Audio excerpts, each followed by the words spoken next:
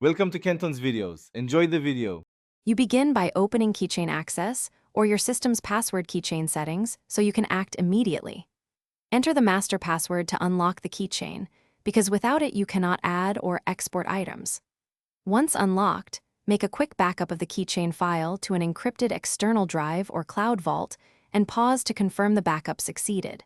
Then create a new keychain or select the target keychain so you can add credentials and configure sync options. Now add credentials entry by entry. Fill name, username, password, URL, and any notes so each item is immediately usable. Use strong, unique passwords. Let the keychain generate them and record complexity rules. Once done, organize entries with tags or folders to separate work, personal, and sensitive items.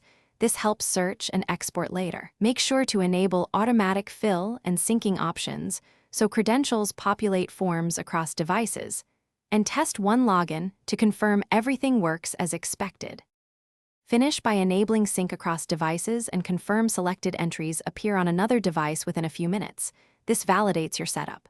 Then tighten security. Set auto-lock intervals, require biometric or multi-factor unlock, and revoke old app permissions.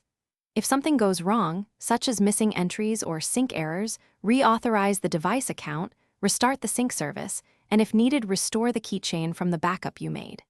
If you still see issues, export an encrypted copy and contact support with error details.